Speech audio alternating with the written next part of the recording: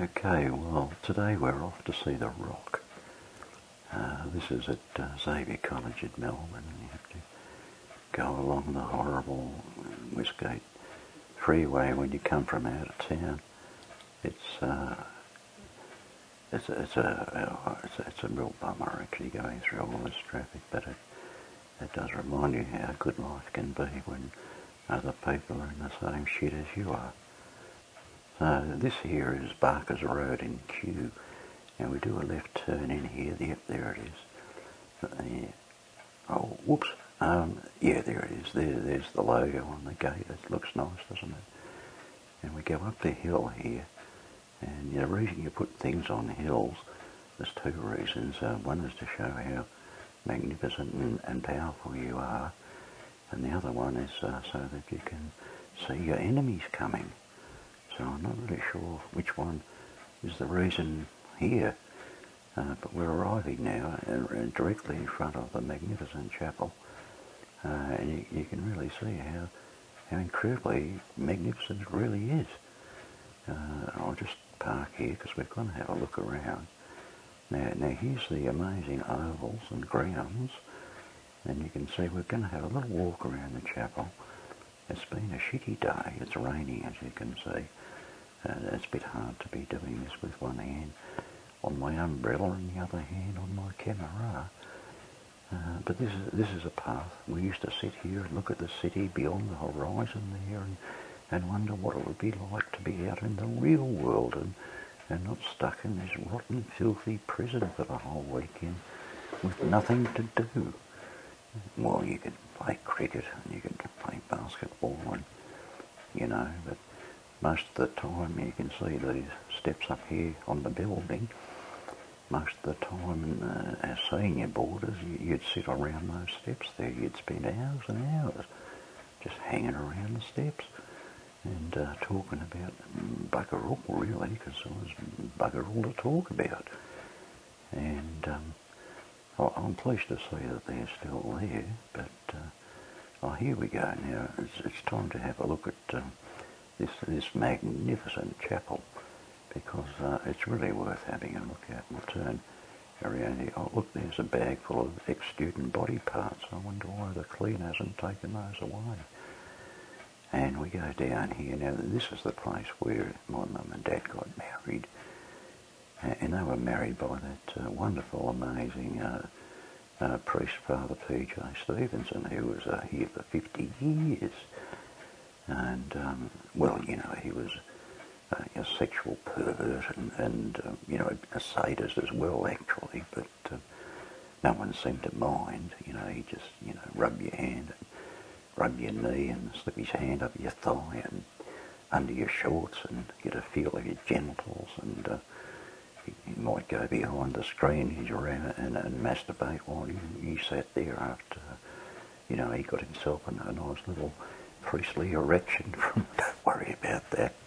Now I finally found the plaque. This is a duplicate plaque of the other one. So that's in a nice spot there in the back end of the chapel. And after prayers, of course, which were compulsory, you ran like hell to get out of this goddamn place.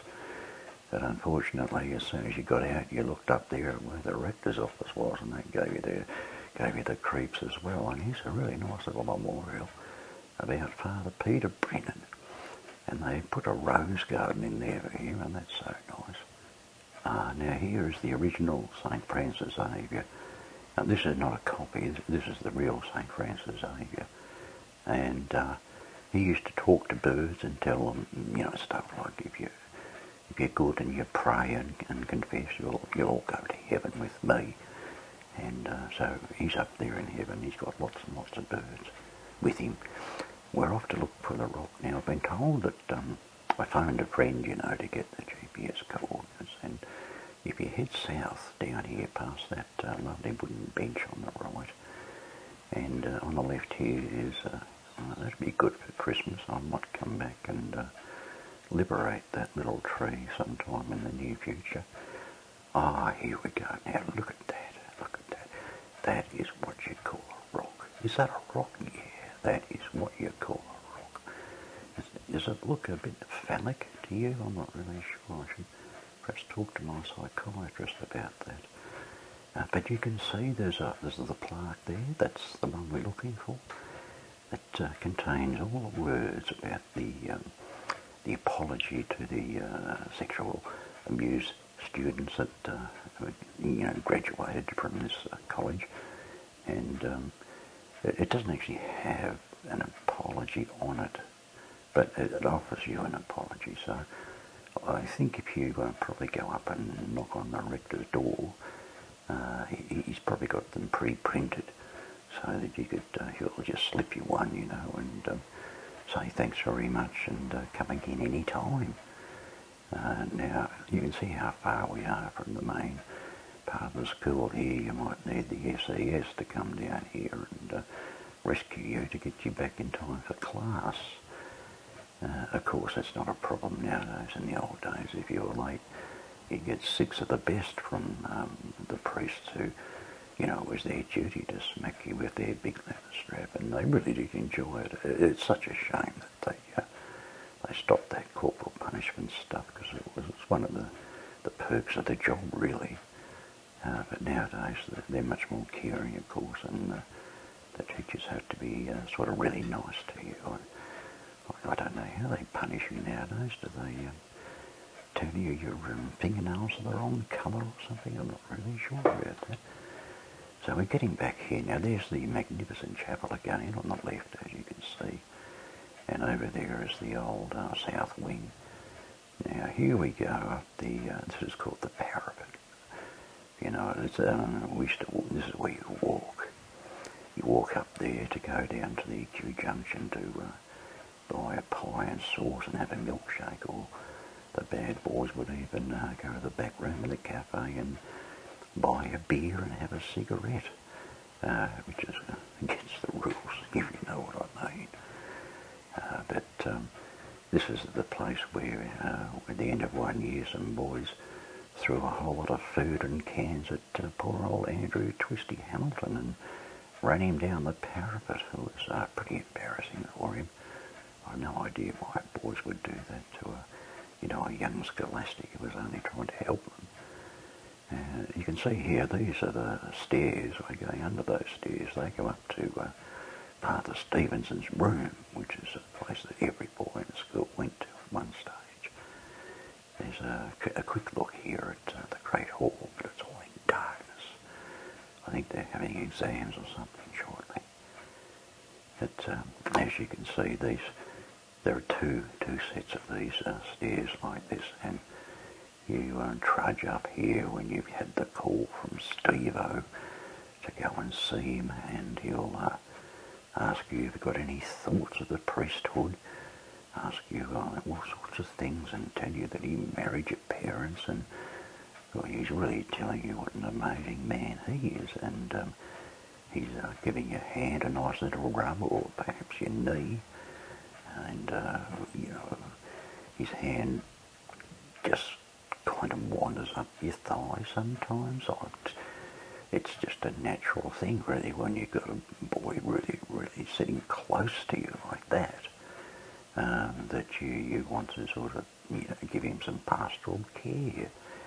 Because a lot of these boys they're in need of it at the age of 14 and 15. They're troubled young lads, and they need the very best sort of care and counselling they can get to find their way through life at that sort of, troubled age that is. You understand what I mean, don't you? And, Steve-O would even come down to the junior boarders' showers in the morning before breakfast, just to show how much he cared. And, this set of stairs is the mirror image on the other side. These go up to the senior boarders' dormitory, and up above that was the senior boarders' locker room. So there was an awful lot of masturbating going on up in those areas, if you know what I mean. After lights out, and perhaps inside the toilet areas at certain times. But that's what boys do, isn't it? Philip Baldridge told the boys that he knew well that, you know, it's a natural thing for a man to, you know, have sexy thoughts and want to masturbate. So he would do it with them, you know, to show them that it's, you know, a natural thing to do, and there's no need to be embarrassed about it.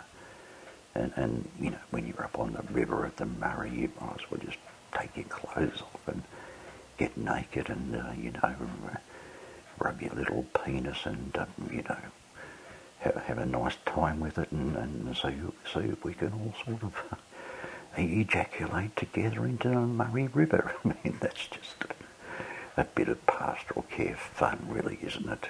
Teaching the boys about sex and not to be ashamed of it, and how it's, you know, it's a really good, enjoyable thing.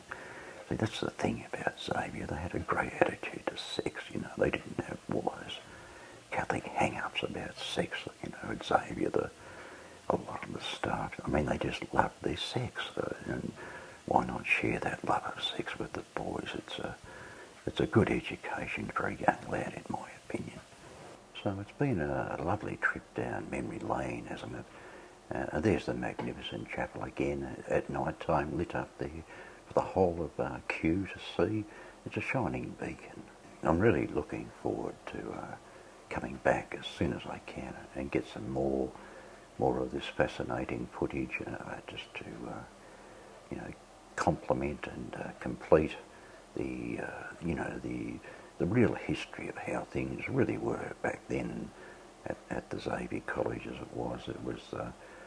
That was the time that really was the prime time. It was the best time. It was, you know, when priests were priests and boys were boys, and we knew the difference.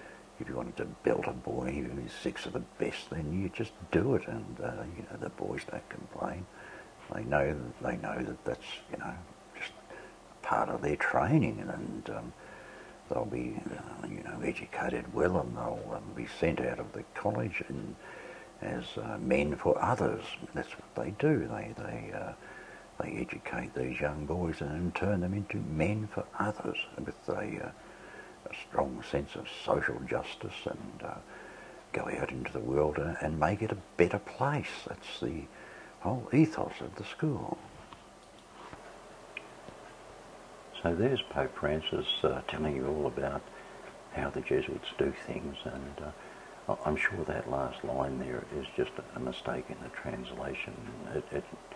It doesn't read quite right, does it? Perhaps they could fix that at some time.